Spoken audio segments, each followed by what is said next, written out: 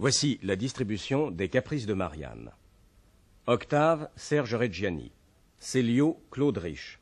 Claudio, Jacques Dufilot. Tibia, Guy Pierrot. Pipeau, Georges Carmier. Malvolio, José Arthur. Marianne, Martine Sarcey. Hermia, Louise Comte, sociétaire de la Comédie Française. La scène est à Naples.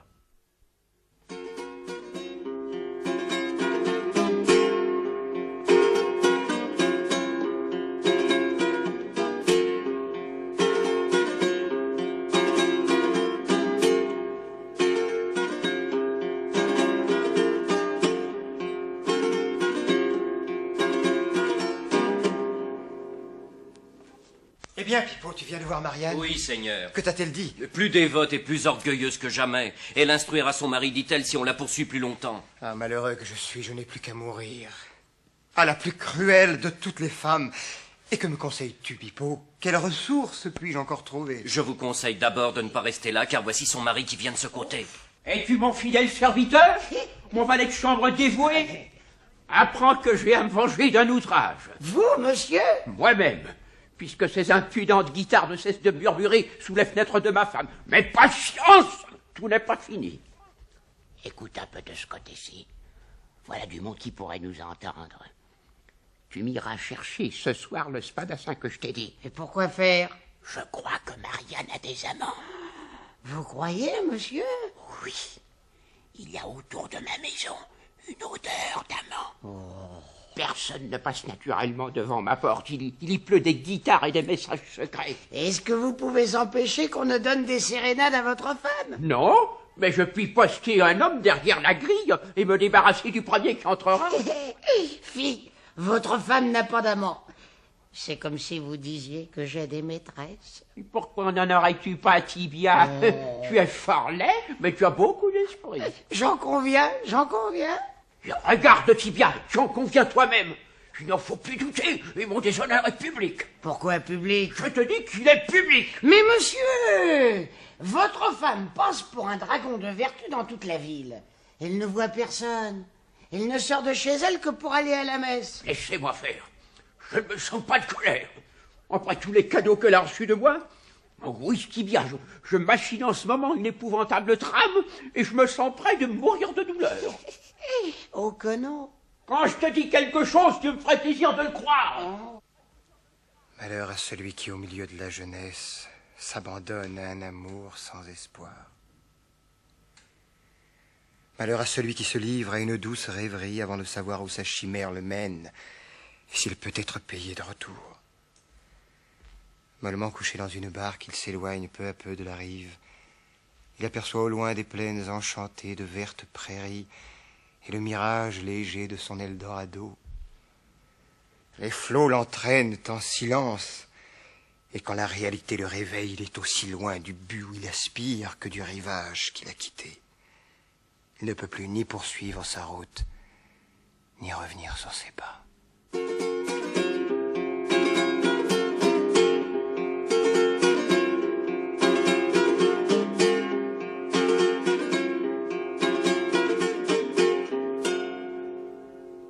Quelle est cette mascarade?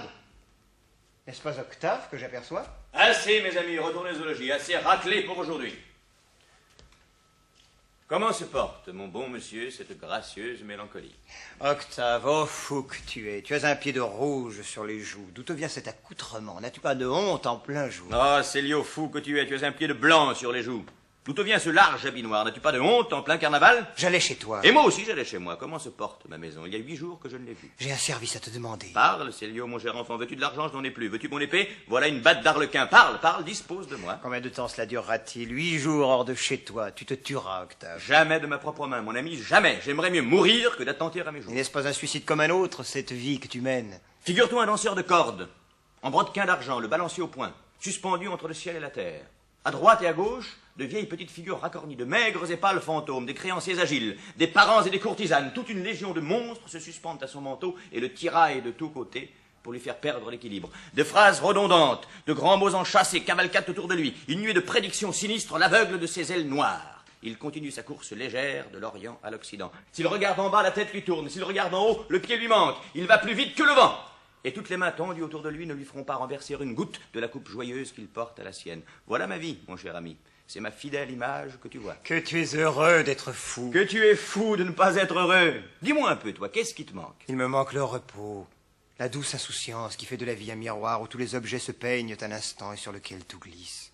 Une dette, pour moi, est un remords. L'amour, dont vous autres faites un passe-temps, trouble ma vie entière. Oh, mon ami, tu ignoreras toujours ce que c'est qu'aimer comme moi. Mon cabinet d'études est désert. Depuis un mois, j'erre autour de cette maison, la nuit et le jour. Quel charme j'éprouve au lever de la lune, à conduire sous ces petits arbres, au fond de cette place, mon cœur modeste de musicien, à marquer moi-même la mesure, à les entendre chanter la beauté de Marianne. Jamais elle n'a paru à sa fenêtre. Jamais elle n'est venue appuyer son front charmant sur sa jalousie. Qui est cette Marianne? Est-ce que c'est ma cousine? C'est elle-même la femme du vieux Claudio. Je ne l'ai jamais vue, mais à coup sûr, elle est ma cousine. Claudio est fait exprès. Confie-moi tes intérêts, Célio. Tous les moyens que j'ai tentés pour lui faire connaître mon amour ont été inutiles. Elle sort du couvent, elle aime son mari et respecte ses devoirs. Sa porte est fermée à tous les jeunes gens de la ville, et personne ne peut l'approcher. Ouais. Est-elle jolie? Sot que je suis, tu l'aimes, cela n'importe guère. Que pourrions-nous imaginer? Faut-il te parler franchement? Ne te riras-tu pas de moi? Laisse-moi rire de toi et parle franchement. En ta qualité de parent, tu dois être reçu dans la maison. Suis-je reçu? Je n'en sais rien. Mettons que je suis reçu. À te dire vrai, dans mon illustre famille, nous ne formons pas un faisceau bien serré et nous ne tenons guère les uns aux autres que par écrit. Cependant, Marianne connaît mon nom. Faut-il lui parler en ta faveur? 20 fois j'ai tenté de l'aborder. 20 fois j'ai senti mes genoux fléchir en approchant d'elle. Quand je la vois, ma gorge se serre et j'étouffe comme si mon cœur se soulevait jusqu'à mes lèvres. J'ai éprouvé cela. C'est ainsi qu'au fond des forêts, lorsqu'une biche avance à petits pas sur les feuilles sèches et que le chasseur entend des bruyères glisser sur ses flancs inquiets, comme le frôlement d'une robe légère, les battements de cœur le prennent malgré lui. Il soulève son arme en silence, sans faire un pas, sans respirer. Pourquoi donc suis-je ainsi? Pourquoi ne saurais-je aimer cette femme comme toi, Octave? Tu l'aimerais ou comme j'en aimerais une autre? Pourquoi ce qui te rendrait joyeuse et empressée, ce qui t'attirerait, toi, comme l'aiguille aimantée attire le fer, me rend-il triste et immobile? Qui pourrait dire ceci est gai ou triste? La réalité n'est qu'une ombre. Appelle imagination ou folie ce qui la divinise, alors la folie est la beauté elle-même. Chaque homme marche enveloppé d'un réseau transparent qui le couvre de la tête aux pieds. Il croit voir des bois et des fleuves, des visages divins, et l'universelle nature se teint sous ses regards des nuances infinies du tissu magique. Octave, Octave, viens à mon secours. J'aime ton amour, Célio. Il divague dans ta cervelle comme un flacon syracusain. Donne-moi la main. Je viens à ton secours. Attends un peu. L'air me frappe au visage et les idées me reviennent. Je connais cette Marianne. Elle me déteste fort sans m'avoir jamais vu. C'est une mince poupée qui ne fait rien qu'à sa guise. Un véritable enfant gâté. Fais ce que tu voudras, mais ne me trompe pas, je t'en conjure. Il est aisé de me tromper. Je ne sais pas me méfier d'une action que je ne voudrais pas faire moi-même. Si tu escaladais les murs. À quoi bon si elle ne m'aime pas? Si tu lui écrivais. Elle déchire mes lettres et me les renvoie. Si tu en aimais une autre. Le souffle de ma vie est à Marianne. Elle peut d'un seul mot de ses lèvres l'anéantir ou l'embraser. Vivre pour une autre me serait plus difficile que de mourir pour elle. Silence. La voici qui sort. Retire-toi, je vais l'aborder. Y penses-tu? Dans l'équipage où te voilà, essuie-toi le visage, tu as l'air d'un fou. Voilà qui est fait. La folie et moi, mon cher Célio, nous nous sommes trop chers l'un à l'autre pour nous jamais disputer. Elle fait mes volontés comme je fais les siennes. N'aie aucune crainte là-dessus. C'est le fait d'un étudiant en vacances qui valent 5 jours de grand dîner de perdre la tête et de chercher sa raison. Moi, je n'ai de raison que ma fantaisie, ma façon de penser et de me laisser faire. Et je parlerai au roi en ce moment comme je vais parler à ta belle. Je ne sais ce que j'éprouve. Non, ne lui parle pas. Pourquoi? Je ne puis dire pourquoi. Il me semble que tu vas me tromper. Touche là. Depuis que je suis au monde, je n'ai encore trompé personne. Et je ne commencerai pas par mon meilleur ami. Ne vous détournez pas, princesse de beauté. Laissez tomber un de vos regards sur le plus humble de vos serviteurs. Qui êtes-vous? Mon nom est Octave, je suis cousin de votre mari. Venez-vous pour le voir? Entrez au logis, il va revenir. Je ne viens pas pour le voir et je n'entrerai point au logis de peur que vous ne m'en chassiez tout à l'heure, quand je vous aurai dit ce qui m'amène. Dispensez-vous donc de me le dire et de m'arrêter plus longtemps. Je ne saurais m'en dispenser, je vous supplie de vous arrêter pour l'entendre. Cruelle Marianne, vos yeux ont causé bien du mal et vos paroles ne sont pas faites pour le guérir. Que vous avez fait, Célio? De qui parlez-vous et quel mal ai-je causé? Un mal le plus cruel de tous, car c'est un mal sans espérance. Le plus terrible, car c'est un mal qui se chérit lui-même et repousse la coupe salutaire jusque dans la main de l'amitié. Un mal qui fait pâlir les lèvres sous des poisons plus doux que l'ambroisie et qui fond en une pluie de larmes le cœur le plus dur, comme la perle de Cléopâtre. Un mal que tous les aromates, toute la science humaine ne saurait soulager, et qui se nourrit du vent qui passe, du parfum d'une rose fanée, du refrain d'une chanson, et qui puise l'éternel aliment de ses souffrances dans tout ce qui l'entoure, comme une abeille son miel dans tous les buissons d'un jardin. Me direz-vous le nom de ce mal? Que celui qui est digne de le prononcer vous le dise. Que les rêves de vos nuits, que vos orangers verts, que le printemps vous l'apprennent.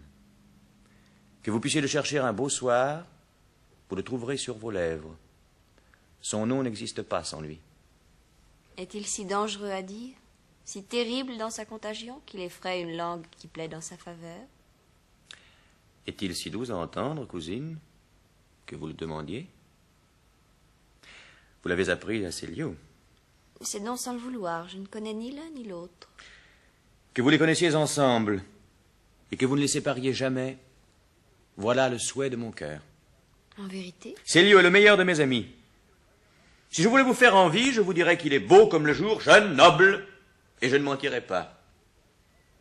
Mais je ne veux que vous faire pitié, je vous dirai qu'il est triste comme la mort depuis le jour où il vous a vu. Est-ce ma faute s'il est triste? Est-ce sa faute si vous êtes belle? Il ne pense qu'à vous. À toute heure, il rôde autour de cette maison. N'avez-vous jamais entendu chanter sous vos fenêtres? N'avez-vous jamais soulevé à minuit cette jalousie et ce rideau? Tout le monde peut chanter le soir, et cette place appartient à tout le monde. Tout le monde aussi peut vous aimer, mais personne ne peut vous le dire. Quel âge avez-vous, Marianne? Voilà une jolie question. Et si je n'avais que 18 ans, que voudriez-vous que j'en pense?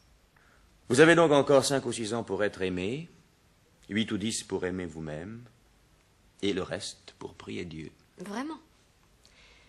Eh bien, pour mettre le temps à profit, j'aime Claudio, votre cousin et mon mari. Mon cousin et votre mari ne font jamais à eux deux qu'un pédant de village. Vous n'aimez point Claudio. Ni Célio. Vous pouvez le lui dire. Pourquoi? Me direz-vous aussi pourquoi je vous écoute? Adieu, Seigneur Octave. Voilà une plaisanterie qui a duré assez longtemps. Ma foi. Ma foi, elle a de beaux yeux. Ah, voici Claudio. Ce n'est pas tout à fait la même chose, et je me soucie guère de continuer la conversation avec lui. Tu as raison, Tibia. Bonsoir, cousin. Bonsoir. Tu as raison, Tibia. Cousin, bonsoir. Bonsoir, bonsoir. Tu as raison. Et ma femme est un trésor de pureté. Que te dirais-je de plus? C'est une vertu solide. Vous croyez, monsieur? Peut-elle empêcher qu'on ne chante sous ses croisées? Les signes d'impatience qu'elle peut donner dans son intérieur sont les suites de son caractère. As-tu remarqué que sa mère, lorsque j'ai touché cette corde, a été tout d'un coup du même avis que moi? Relativement à quoi? Relativement à ce qu'on chante sous ses croisées. Oh, chanter n'est pas un mal. Je fredonne moi-même à tout moment. Mais bien chanter est difficile. Difficile pour vous et pour moi, qui n'ayant pas reçu de voix de la nature, ne l'avons jamais cultivée. Mais voyez comme ces acteurs de théâtre s'en tirent habilement. Ces gens-là passent leur vie sur les planches. Combien croyez-vous qu'on puisse donner par an? À qui? À un conseiller? Non, à un chanteur. J'en sais rien. On donne à un conseiller le tiers de ce que vaut ma charge. Les archi-conseillers ont le double. Si j'étais podestat chez nous, que je fusse marié et que ma femme eût des amants, je les condamnerais moi-même. À combien d'années de galère? À la peine de mort. Une sentence de mort est une chose superbe à lire à haute voix. Ce n'est pas le podestat qui la lit, c'est le greffier. Le greffier de votre tribunal a une jolie femme. Non, c'est le président qui a une jolie femme. J'ai soupé hier avec eux. Le greffier aussi. Le spadassin qui va venir ce soir est l'amant de la femme du greffier. Quel spadassin? Celui que vous avez demandé. Il est inutile qu'il vienne après ce que je t'ai dit tout à l'heure. À quel sujet? Au sujet de ma femme. La voici qui vient elle-même. Savez-vous ce qui m'arrive pendant que vous courez les champs? J'ai reçu la visite de votre cousin. Qui cela peut-il être? Nommez-le par son nom. Octave, qui m'a fait une déclaration d'amour de la part de son ami Célio. Qui est ce Célio? Connaissez-vous cet homme? Trouvez bon que ni lui ni Octave ne mettent les pieds dans notre maison. Je le connais, c'est le fils d'Hermia, notre voisine. Et qu'avez-vous répondu à cela? Il ne s'agit pas de ce que j'ai répondu. Comprenez-vous ce que je dis? Donnez ordre à vos gens qu'ils ne laissent entrer ni cet homme ni son ami. Je m'attends à quelque importunité de leur part et je suis bien aise de l'éviter. Penses-tu de cette aventure, Tibia? Il y a quelque ruse là-dessous. Vous croyez, monsieur? Pourquoi n'a-t-elle pas voulu dire ce qu'elle a répondu? La déclaration est impertinente, il est vrai, mais la réponse méritait d'être connue. J'ai le soupçon que ce fils d'Hermia est l'ordonnateur de toutes ces guitares. Défendre votre porte à ces deux hommes est un moyen excellent de les éloigner. Rapporte-t'en à moi. Il faut que je fasse part de cette découverte à ma belle-mère. Monsieur, la voici justement. Qui? Ma belle-mère? Non, Hermia, notre voisine. Ne parliez-vous pas d'elle tout à l'heure? Oui, comme étant la mère de ce Célio, et c'est la vérité, Tibia. Eh bien, monsieur, elle vient de ce côté, avec deux, et 3 laquais. C'est une femme respectable. Mais oui, ses biens sont considérables. J'entends aussi qu'elle a de bonnes mœurs. Si vous l'abordiez, monsieur... Y penses-tu? La mère d'un jeune homme que je serais peut-être obligé de faire poignarder ce soir même, sa propre mère, Tibia? Fi donc, je ne reconnais pas là ton habitude d'inconvenance. Viens, Tibia, rentrons au logis. A-t-on fait ce que j'ai ordonné? A-t-on dit aux musiciens de venir? Oui, madame. Ils seront ce soir à vos ordres pour mieux parler... Qu'est-ce à dire? A-t-on tout préparé comme je l'ai dit pour le souper? Vous direz à mon fils que je regrette de ne pas l'avoir vu. À quelle heure est-il donc sorti? Pour être sorti, il faudra d'abord qu'il fût rentré. Il a passé la nuit dehors. Vous ne savez ce que vous dites. Il a soupé hier avec moi et m'a ramené à la maison. A-t-on fait porter dans le cabinet d'études le tableau que j'ai acheté ce matin? Du vivant de son père, il n'en aurait pas été ainsi. Mais du vivant de sa mère, il en est ainsi, Malvolio. Qui vous a chargé de veiller sur sa conduite? Songez-y. Que Célio ne rencontre pas sur son passage un visage de mauvais augure, qu'il ne vous entende pas gronder ainsi entre vos dents, ou par le ciel, pas un de vous ne passera la nuit sous son toit. Je ne gronde pas. Ma figure n'est pas un mauvais présage. Vous me demandez à quelle heure est sorti mon maître, et je vous réponds qu'il n'est pas rentré. Depuis qu'il a l'amour en tête, on ne le voit pas 4 fois la semaine. Pourquoi les livres de Célio sont-ils couverts de poussière? Pourquoi ces meubles sont-ils en désordre? Pourquoi faut-il que je mette la main à tout dans la maison de mon fils si je veux obtenir quelque chose? Il vous appartient bien de lever les yeux sur ce qui ne vous regarde pas, lorsque votre ouvrage est à moitié fait et que les soins dont on vous charge retombent sur les autres. Allez, et retenez votre langue. Eh bien, mon cher enfant, quels seront vos plaisirs aujourd'hui? Les vôtres, ma mère. Et quoi? Les plaisirs communs et non les peines communes? C'est un partage injuste, Célio. Ayez des secrets pour moi, mon enfant, mais non pas de ceux qui vous rongent le cœur et vous rendent insensible à tout ce qui vous entoure. Je n'ai point de secret, et plût à Dieu si j'en avais qu'ils fussent de nature à faire de moi une statue. Quand vous aviez 10 ou 12 ans, toutes vos peines, tous vos petits chagrins se rattachaient à moi.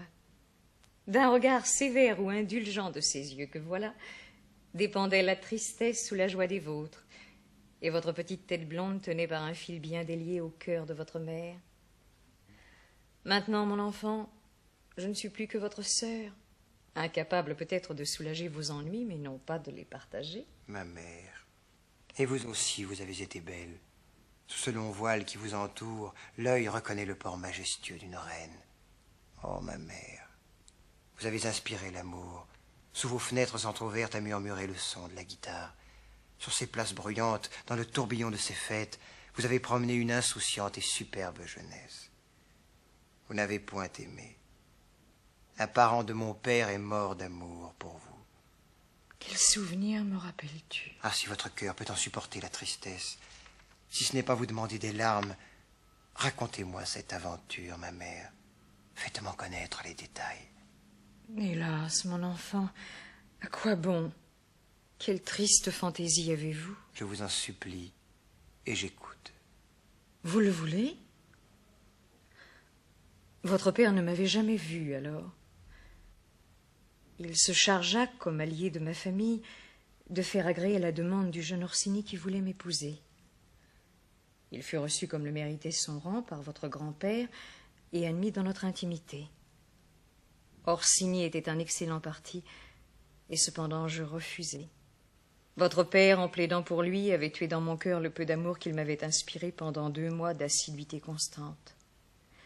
Je n'avais pas soupçonné la force de sa passion pour moi. Lorsqu'on lui apporta ma réponse, il tomba, privé de connaissance, dans les bras de votre père. Cependant, une longue absence, un voyage qu'il entreprit alors et dans lequel il augmenta sa fortune, devait avoir dissipé ses chagrins. Votre père changea de rôle et demanda pour lui ce qu'il n'avait pu obtenir pour Orsini. Je l'aimais d'un amour sincère, et l'estime qu'il avait inspirée à mes parents ne me permit pas d'hésiter. Le mariage fut décidé le jour même, et l'église s'ouvrit pour nous quelques semaines après. Orsini revint à cette époque. Il vint trouver votre père, l'accabla de reproches, l'accusa d'avoir trahi sa confiance et d'avoir causé le refus qu'il avait essuyé. Du reste, ajouta-t-il, si vous avez désiré ma perte, vous serez satisfait. Épouvanté de ces paroles, votre père accourut chez le mien et lui demanda son témoignage pour désabuser Orsini. Hélas, il n'était plus temps. On trouva dans sa chambre le pauvre jeune homme frappé d'un coup d'épée. Il a fini ainsi. Oui, bien cruellement. Non, ma mère, elle n'est point cruelle. La mort qui vient en aide à l'amour sans espoir. La seule chose dont je le plaigne, c'est qu'il s'est cru trompé par son ami. Qu'avez-vous, Célio? Vous détournez la tête. Et vous, ma mère, vous êtes émue. Ah, ce récit, je le vois, vous a trop coûté. J'ai eu tort de vous le demander. Ne songez point à mes chagrins. Ce ne sont que des souvenirs. Les vôtres me touchent bien davantage. Si vous refusez de les combattre, ils ont longtemps à vivre dans votre jeune cœur. Je ne vous demande pas de me les dire, mais je les vois. Et puisque vous prenez part aux miens, venez, tâchons de nous défendre. Il y a à la maison quelques bons amis. Allons essayer de nous distraire. Tâchons de vivre, mon enfant, et de regarder gaiement ensemble, moi le passé, vous l'avenir. Venez, Célio. Donnez-moi la main.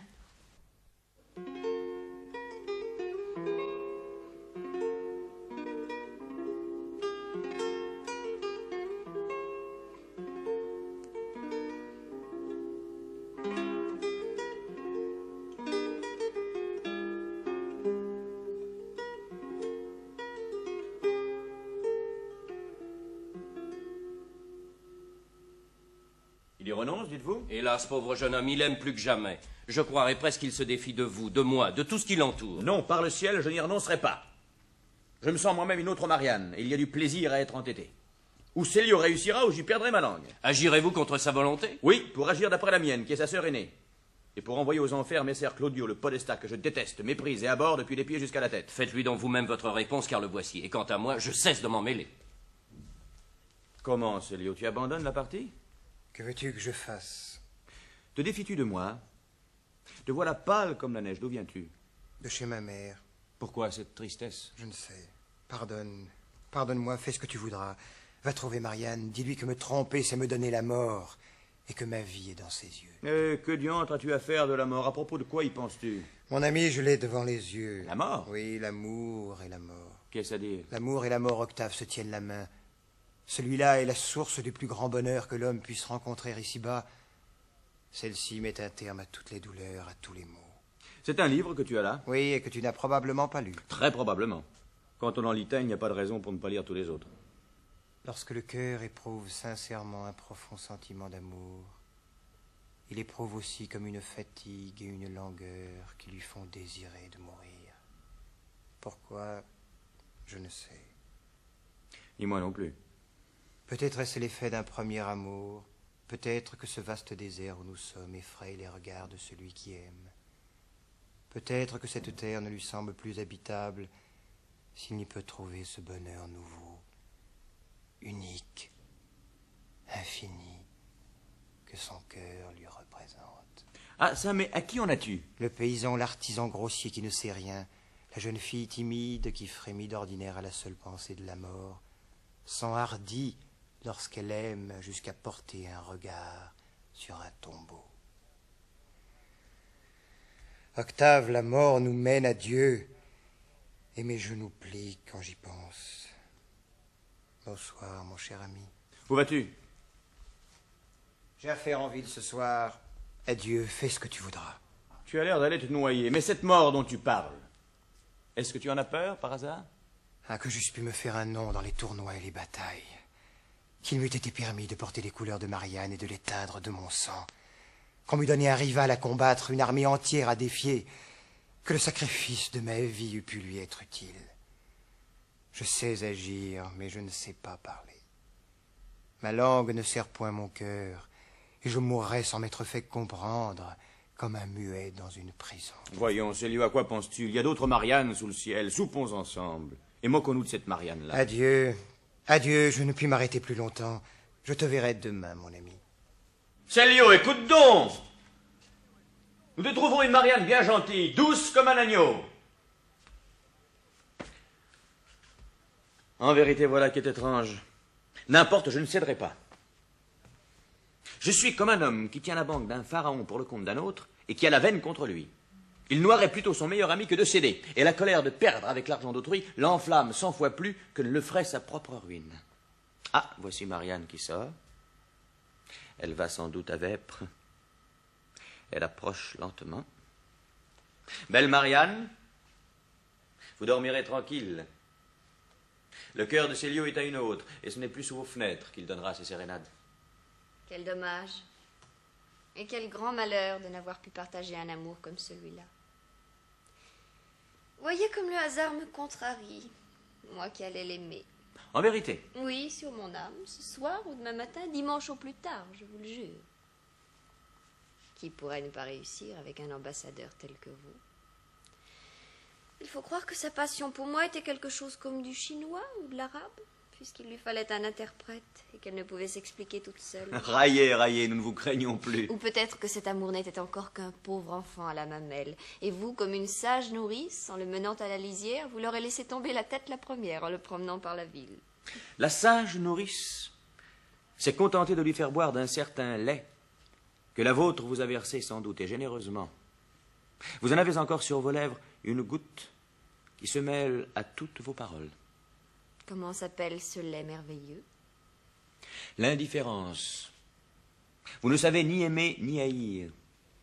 Et vous êtes comme les roses du Bengale, Marianne, sans épines et sans parfum. Bien dit. Aviez-vous préparé d'avance cette comparaison? Si vous ne brûlez pas le brouillon de vos harangues, donnez-le-moi de grâce, que je les apprenne à ma perruche. Qui trouvez-vous qui puisse vous blesser? Une fleur sans parfum n'en est pas moins belle. Bien au contraire, ce sont les plus belles que Dieu a faites ainsi. Et il me semble que sur ce point-là, vous n'avez pas le droit de vous plaindre. Mon cher cousin, est-ce que vous ne plaignez pas le sort des femmes? Voyez un peu ce qui m'arrive. Il est décrété par le sort que Célio m'aime ou croit m'aimer, lequel Célio l'a dit à ses amis, lesquels amis décrètent à leur tour que, sous peine de mort, je l'aimerai. La jeunesse napolitaine daigne m'envoyer en votre personne un digne représentant, chargé de me faire savoir que j'ai à aimer le dit seigneur Célio d'ici à une 8aine de jours. Pesez cela, je vous en prie. N'est-ce pas une femme bien abjecte que celle qui obéit à point nommé à l'heure convenue à une pareille proposition? Ne va-t-on pas la déchirer à belles dents, la montrer au doigt et faire de son nom le refrain d'une chanson à boire? Si elle refuse, au contraire, est-il un monstre qui lui soit comparable? Est-il une statue plus froide qu'elle?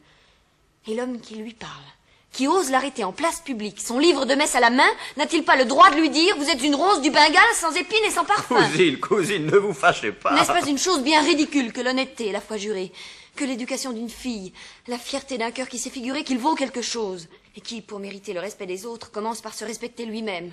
Tout cela n'est-il pas un rêve, une bulle de savon, qui, au premier soupir d'un cavalier à la mode, doit s'évaporer dans les airs? Vous vous méprenez sur mon compte et sur celui de Célio. Qu'est-ce, après tout, qu'une femme?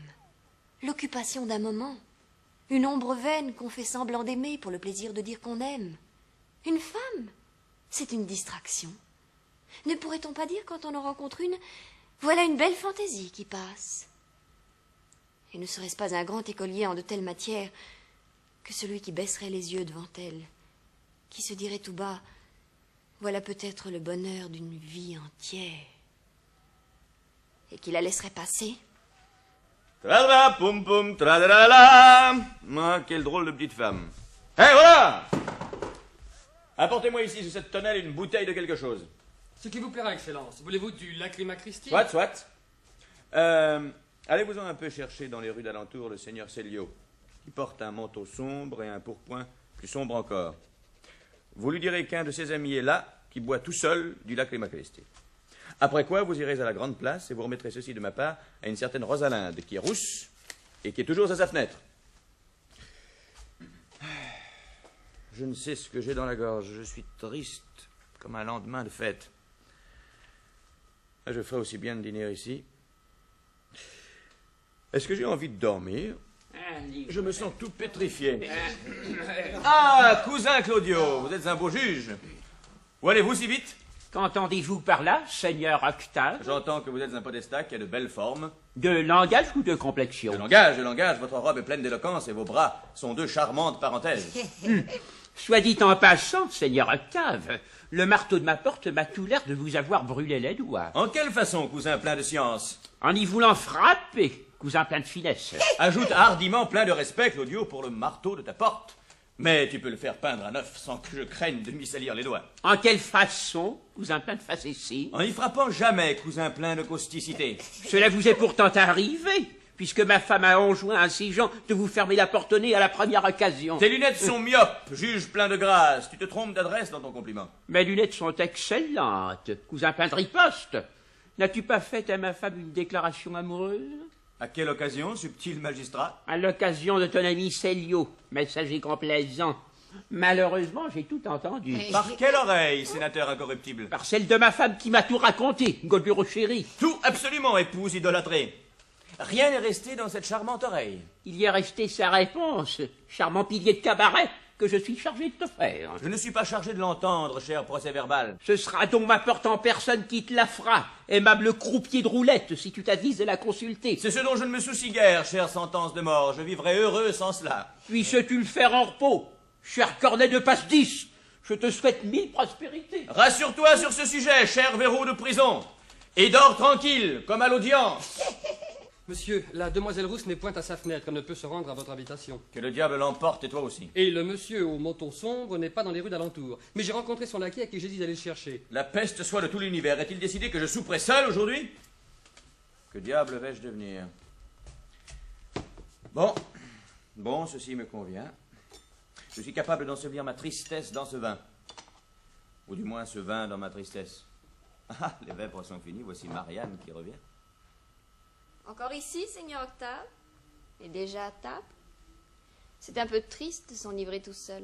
Le monde entier m'a abandonné. Je tâche d'y voir double, afin de me servir à moi-même de compagnie. Comment? Pas un de vos amis?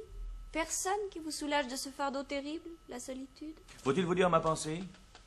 J'avais invité une certaine Rosalinde, qui est de mes amies. Elle soupe en ville comme une personne de qualité. C'est une fâcheuse affaire, sans doute. Et votre cœur en doit ressentir un vide effroyable. Un vide que je ne saurais exprimer et que je communique qu'à cette coupe. Le carillon des vêpres m'a fendu le crâne pour tout l'après-dîner. Dites-moi, cousin, est-ce du vin à 15 sous la bouteille que vous buvez? N'en riez pas, c'est du Lacryma Christi, ni plus ni moins, et délicieux.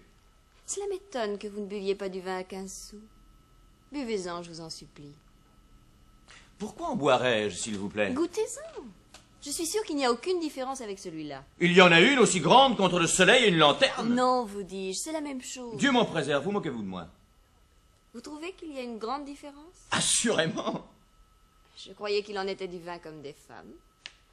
Quel misérable cœur est-ce donc que le vôtre pour que vos lèvres lui fassent la leçon? Vous ne boiriez pas le vin que boit le peuple? Vous aimez les femmes qu'il aime. L'esprit généreux et poétique de ce flacon doré, ces sucs merveilleux que la lave du Vésuve a cuvés sous son ardent soleil, vous conduiront à quelque banal semblant de plaisir. Vous rougiriez de boire un vin grossier, votre gorge se soulèverait. Ah, vos lèvres sont délicates, mais votre cœur s'enivre à bon marché. Bonsoir, cousin. Puisse Rosalinde venir consoler vos ennuis? 2 mots de grâce, belle Marianne. Et ma réponse sera courte. Combien de temps pensez-vous qu'il faille faire la cour à la bouteille que vous voyez pour obtenir d'elle un accueil favorable? Elle est, comme vous dites, toute pleine d'un esprit céleste. Et le vin du peuple lui ressemble aussi peu qu'un paysan à son seigneur. Cependant, regardez comme elle est bonne personne. Un mot a suffi pour la faire sortir du cellier. Toute poudreuse encore, elle s'en est échappée pour me donner un quart d'heure d'oubli et mourir. Sa couronne, empourprée de cire odorante, est aussitôt tombée en poussière. Et je ne puis vous le cacher, elle a failli passer tout entière sur mes lèvres dans la chaleur de son premier baiser. Êtes-vous sûr qu'elle en vaut davantage? Et si vous êtes un de ses vrais amants, n'iriez-vous pas, si la recette en était perdue, en chercher la dernière goutte jusque dans la bouche du volcan? Elle n'en vaut ni plus ni moins. Dieu n'en a pas caché la source au sommet d'un pic inabordable, au fond d'une caverne profonde. Il l'a suspendue en grappe dorée sur nos brillants coteaux. Elle est, il est vrai, rare et précieuse, mais elle ne défend pas qu'on l'approche. Elle se laisse voir aux rayons du soleil, et toute une cour d'abeilles et de frelons murmure autour d'elle matin et soir. Le voyageur dévoré de soif peut se reposer sous ses rameaux verts. Jamais elle ne l'a laissé languir. Jamais elle ne lui a refusé les douces larmes dont son cœur est plein. Ah, Marianne, c'est un don fatal que la beauté. La sagesse dont elle se vante est sœur de l'avarice. Il y a parfois plus de miséricorde pour ses faiblesses que pour sa cruauté. Bonsoir, cousine. Puisse Célio vous oublier. Pensez-vous que je sois un mannequin et que je me promène sur la terre pour servir d'épouvantail aux oiseaux? D'où vous vient cette gracieuse idée? Pensez-vous qu'un homme de mon poids ignore la valeur des mots et qu'on puisse se jouer de sa crédulité comme de celle d'un danseur ambulant? À qui en avez-vous ce soir? Pensez-vous que je n'ai pas entendu vos propres paroles? Si cet homme ou son ami se présente à ma porte, qu'on la lui fasse fermer. Et croyez-vous que je trouve convenable de vous voir converser librement avec lui sous une tonnelle? Vous m'avez vu sous une tonnelle? Oui, oui, de ces yeux que voilà, sous la tonnelle de ce cabaret. La tonnelle d'un cabaret n'est point un lieu de conversation pour la femme d'un magistrat. Et il est inutile de faire fermer sa porte quand on se renvoie le nez en plein air avec si peu de retenue. Depuis quand m'est-il défendu de causer avec un de vos parents? Quand un de mes parents est un de vos amants, il est fort bien de s'en abstenir. Octave, un de mes amants? Perdez-vous la tête? Il n'a de sa vie fait la cour à personne. Son caractère est vicieux, c'est un coureur de tripots. Raison de plus pour qu'il ne soit pas, comme vous dites fort agréablement, un de mes amants. Il me plaît de causer avec Octave sous la tonnelle d'un cabaret. Ne me poussez pas à quelque fâcheuse extrémité par vos extravagances. Et réfléchissez à ce que vous faites. À quelle extrémité voulez-vous que je vous pousse? Je suis curieuse de savoir ce que vous feriez. Je vous défendrai de le voir et d'échanger avec lui aucune parole, soit dans ma maison, soit dans une maison tierce, soit en plein air. Ah, vraiment? Voilà qui est nouveau. Octave est mon parent, tout autant que le vôtre. Je prétends lui parler quand bon me semblera, en plein air ou ailleurs, et dans notre maison, s'il lui plaît d'y venir. Souvenez-vous de cette dernière phrase que vous venez de prononcer. Je vous ménage un châtiment exemplaire si vous allez contre ma volonté. Trouvez bon que j'aille d'après la mienne, et ménagez-moi ce qu'il vous plaira. Je m'en soucie comme de cela. Marianne, brisons cet entretien. Ou vous sentirez l'inconvenance de s'arrêter sous une tonnelle, ou vous me réduirez à une violence qui répugne à mon avis. Oh là, quelqu'un! Voyez-vous là, dans cette maison, ce jeune homme assis devant une table? Allez lui dire que j'ai à lui parler, qu'il prenne la peine de venir ici. Voilà qui est nouveau. Pour qui me prend-on? Quel mal y a-t-il donc? Comment donc suis-je faite aujourd'hui? Voilà une robe affreuse. Qu'est-ce que cela signifie? Vous me réduirez à la violence? Quelle violence? Je voudrais que ma mère fût là. Elle est de son avis dès qu'il dit un mot. J'ai une envie de battre quelqu'un. Je suis bien bonne, en vérité. Ah, c'est donc là le commencement. On me l'avait prédit, je le savais, je m'y attendais. Patience, patience. Il me ménage un châtiment. Et lequel, par hasard? Je voudrais bien savoir ce qu'il veut dire. Approchez, Octave. J'ai à vous parler. J'ai réfléchi à ce que vous m'avez dit sur le compte de votre ami Célio. Dites-moi, pourquoi ne s'explique-t-il pas lui-même? Pour une raison assez simple. Il vous a écrit et vous avez déchiré ses lettres. Il vous a envoyé quelqu'un et vous lui avez fermé la bouche. Il vous a donné des concerts, vous l'avez laissé dans la rue. Ma foi, il s'est donné au diable et l'on s'y donnerait à moins. Cela veut dire qu'il a songé à vous? Oui? Eh bien, parlez-moi de lui. Sérieusement? Oui, oui, sérieusement, voilà, j'écoute. Vous voulez rire? Quel pitoyable avocat êtes-vous donc? Parlez, que je veux rire ou non. Que regardez-vous à droite et à gauche? En vérité, vous êtes en colère. Je veux me mettre à la mode, Octave. Je veux prendre un cavalier servant. N'est-ce pas ainsi que cela s'appelle? Si je vous ai bien compris tout à l'heure, ne me reprochiez-vous pas, avec votre bouteille, de me montrer trop sévère et d'éloigner de moi ceux qui m'aiment? Soit, je consens à les entendre. Je suis menacée, je suis outragée. Et je vous le demande, l'ai-je mérité? Non, assurément, tant s'en faut. Je ne sais ni mentir ni tromper personne. Et c'est justement par cette raison que je ne veux pas être contrainte. Et si Gisbée ou Patito, quelle femme en Italie ne souffre auprès d'elle ceux qui essaient de lui parler d'amour, sans qu'on voie à cela ni crime ni mensonge? Vous dites qu'on me donne des concerts et que je laisse les gens dans la rue. Eh bien, je les y laisserai encore, mais ma jalousie sera entrouverte. Je serai là, j'écouterai. Puis-je répéter à Célio? Célio ou tout autre, peu m'importe. Que me conseillez-vous, Octave? Voyez, je m'en rapporte à vous. Eh bien, vous ne parlez pas? Je vous dis que je le veux. Oui, ce soir même, j'ai envie qu'on me donne une sérénade. Il me plaira de l'entendre. Je suis curieuse de voir si on me le défendra. Tenez, voilà mes couleurs. Qui vous voudrez les portera. Marianne, quelle que soit la raison qui a pu vous inspirer une minute de complaisance, puisque vous m'avez appelé, puisque vous consentez à m'entendre, au nom du ciel, restez la même une minute encore. Permettez-moi de vous parler. Que voulez-vous me dire? Si jamais homme au monde a été digne de vous comprendre, digne de vivre et de mourir pour vous, cet homme est Célio. Je n'ai jamais valu grand-chose et je me rends cette justice que la passion dont je fais l'éloge trouve un misérable interprète. Vous, si belle, si jeune, si vous saviez quel trésor de bonheur repose en vous, en lui, dans cette fraîche aurore de jeunesse, dans cette rosée céleste de la vie, dans ce premier accord de deux âmes jumelles. Je ne vous parle pas de sa souffrance, de cette douce et tendre mélancolie qui ne s'est jamais lassée de vos rigueurs et qui en mourrait sans se plaindre. Oui, Marianne, il en mourra. Que puis-je vous dire? Qu'inventerais-je pour donner à mes paroles la force qui leur manque? Je ne sais pas le langage de l'amour. Regardez dans votre âme, c'est elle qui peut vous parler de la sienne. Y a-t-il un pouvoir capable de vous toucher? Vous qui savez supplier Dieu, existe-t-il une prière qui puisse rendre ce dont mon cœur est plein? Relevez-vous, Octave. En vérité, si quelqu'un venait, ne croirait-on pas à vous entendre que c'est pour vous que vous plaidez? Marianne, Marianne, au nom du ciel, ne souriez pas, ne fermez pas votre cœur au premier éclair, qu'il est peut-être traversé. Êtes-vous sûr qu'il ne me soit pas permis de sourire? Oui, vous avez raison. Je sais tout le tort que mon amitié peut faire. Je sais qui je suis. Je sens un pareil langage dans ma bouche à l'air d'une raillerie. Vous doutez de la sincérité de mes paroles. Jamais, peut-être, je n'ai senti avec plus d'amertume qu'en ce moment le peu de confiance que je puis inspirer. Pourquoi cela? Vous voyez que j'écoute. Célio me déplaît, je ne veux pas de lui. Parlez-moi de quelque autre, de qui vous voudrez. Oh, femme, 3 fois femme. Célio vous déplaît, mais le premier venu vous plaira peut-être. L'homme qui vous aime, qui s'attache à vos pas, qui mourrait de bon cœur sur un mot de votre bouche, celui-là vous déplaît. Il est jeune, beau, riche, et digne en tout point de vous, mais il vous déplaît. Le premier venu vous plaira. Faites ce que je vous dis, vous ne me revoyez jamais.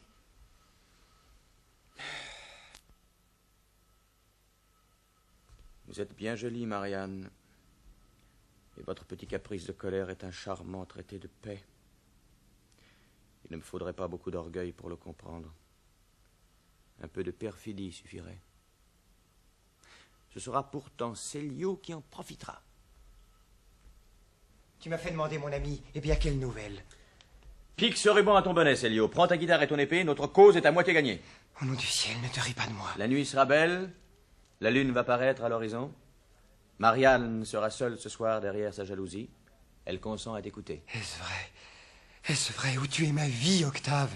Où tu es sans pitié? Je te dis que tout est convenu, une chanson sous la fenêtre, un bon manteau bien long, un poignard dans la poche, un masque sur le nez. As-tu un masque? Non. Point de masque? Amoureux et en carnaval. Ce garçon-là ne pense à rien. Va donc t'équiper au plus vite. Ah, mon Dieu, le cœur me manque. Courage, mon ami, en route. Tu m'embrasseras en revenant. En route, la nuit s'avance. Le cœur lui manque, dit-il, et à moi aussi, car je n'ai dîné qu'à moitié. Pour récompense de mes peines, je vais me donner à souper. Hé, voilà! Giovanni, faites pas! Laissez-le entrer et jetez-vous sur lui dès qu'il sera parvenu à se bosquet. Oui. Que vois-je? Mon mari est Tibia. S'il entre par l'autre côté. Comment Tibia par l'autre côté? Verrais-je ainsi échouer tout mon plan? Que disent-ils? Cette place étant un carrefour, on peut y venir à droite et à gauche. Tu as raison. Je n'y avais pas songé. Que faire, monsieur, s'il arrive par la gauche? Alors, attendez-le au coin du mur. Au ciel, qu'ai-je entendu? S'il se présente par la droite? Attendez un peu. Vous ferez la même chose. Comment avertir Octave? Non. Le voilà qui arrive. Tenez, monsieur, voyez comme son ombre est grande. C'est un homme d'une belle stature. Retirons-nous à l'écart et frappez quand il en sera temps. Oui. Marianne. Je vais. Marianne. Marianne, êtes-vous là? Fuyez, fuyez, Octave. Seigneur mon Dieu, quel nom ai-je entendu? La maison est entourée d'assassins. Mon mari a écouté notre conversation et votre mort est certaine si vous restez une minute encore.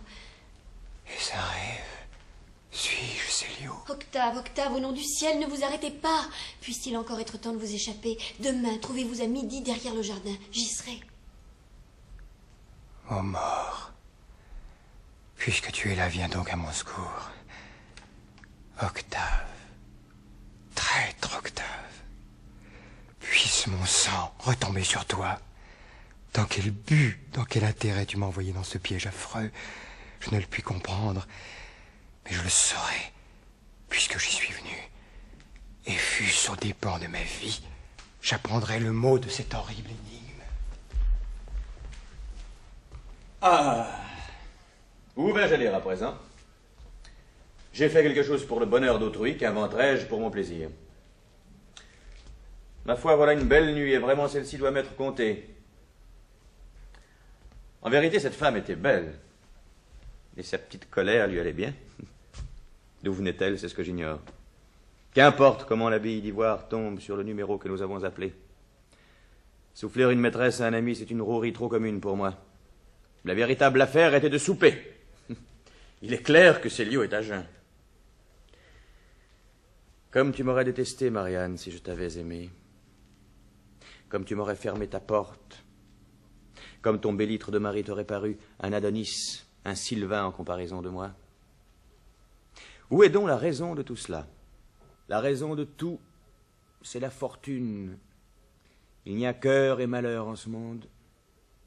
Célio n'était-il pas désolé ce matin? Et maintenant? Qu'ai-je entendu? Quel est ce bruit? Célio, c'est la voix de Célio. Ouvrez, ou j'enfonce la grille! Que voulez-vous? Où est Célio? Je ne pense pas que son habitude soit de coucher dans cette maison. Si tu l'as assassiné, Claudio, prends garde à toi. Je te tordrai le cou de ces mains que voilà. Êtes-vous fou ou somnambule? Cherchez dans ce jardin si bon vous semble, je n'y ai vu entrer personne. Et si quelqu'un l'a voulu faire, il me semble que j'avais le droit de ne pas lui ouvrir. Dis bien, tout est-il fini comme je l'ai ordonné? Oui, monsieur, soyez en repos. Ils peuvent chercher tant qu'ils voudront.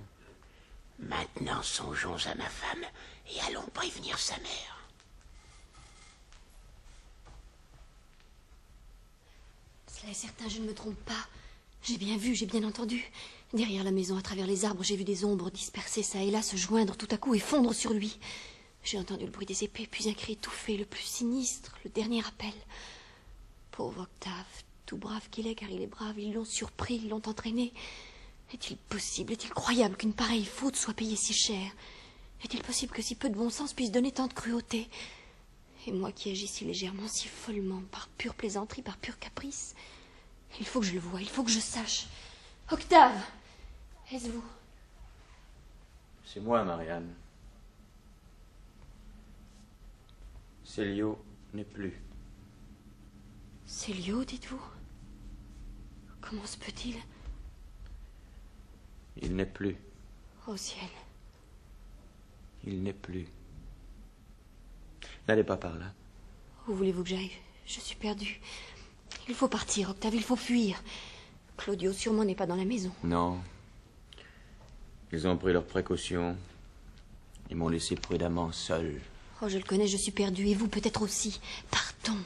Ils vont revenir, et tout à l'heure. Partez si vous voulez, je reste. S'ils doivent revenir, ils me trouveront. Et quoi qu'il advienne, je les attendrai. Je vais veiller près de lui dans son dernier sommeil. Mais moi, m'abandonnerez-vous? Savez-vous à quel danger vous vous exposez et jusqu'où peut aller leur vengeance? Regardez là-bas, derrière ces arbres, cette petite place sombre, au coin de la muraille. Là est couché mon seul ami. Quant au reste, je ne m'en soucie guère. Pas même de votre vie, ni de la mienne? Pas même de cela. Regardez là-bas. Moi seul au monde, je l'ai connu. Posé sur sa tombe une urne d'albâtre couverte d'un long voile de deuil, ce sera sa parfaite image. C'est ainsi qu'une douce mélancolie voilait les perfections de cette âme tendre et délicate. Elle eût été heureuse, la femme qu'il eût aimée. L'aurait-il défendu si elle avait couru un danger? Oui, sans nul doute, il l'aurait fait. Lui seul était capable d'un dévouement sans bornes. Lui seul eût consacré sa vie entière à la femme qu'il aimait aussi facilement qu'il a bravé la mort pour elle. Et vous, Octave, ne le feriez-vous pas? Moi, je ne suis qu'un débauché sans cœur, je n'estime point les femmes. L'amour que j'inspire est comme celui que je ressens, l'ivresse passagère d'un songe. Ma gaieté n'est qu'un masque. Mon cœur est plus vieux qu'elle. Ah, je ne suis qu'un lâche. Sa mort n'est point vengée. Comment aurait-elle pu l'être? Claudio est trop vieux pour accepter un duel, et trop puissant dans cette ville pour rien craindre de vous. Célio m'aurait vengé si j'étais mort pour lui comme il est mort pour moi. Son tombeau m'appartient. C'est moi qu'ils ont étendu dans cette sombre allée. C'est pour moi qu'ils avaient aiguisé leurs épées. C'est moi qu'ils ont tué. Adieu la gaieté de ma jeunesse, l'insouciante folie, la vie libre et joyeuse au pied du Vésuve. Adieu les bruyants repas, les causeries du soir, les sérénades sous les balcons dorés. Adieu Naples et ses femmes, les mascarades à la lueur des torches, les longs soupers à l'ombre des forêts. Adieu l'amour et l'amitié. Ma place est vide sur la terre. En êtes-vous bien sûr, Octave? Pourquoi dites-vous adieu l'amour? Je ne vous aime pas, Marianne. C'était Célio qui vous aimait.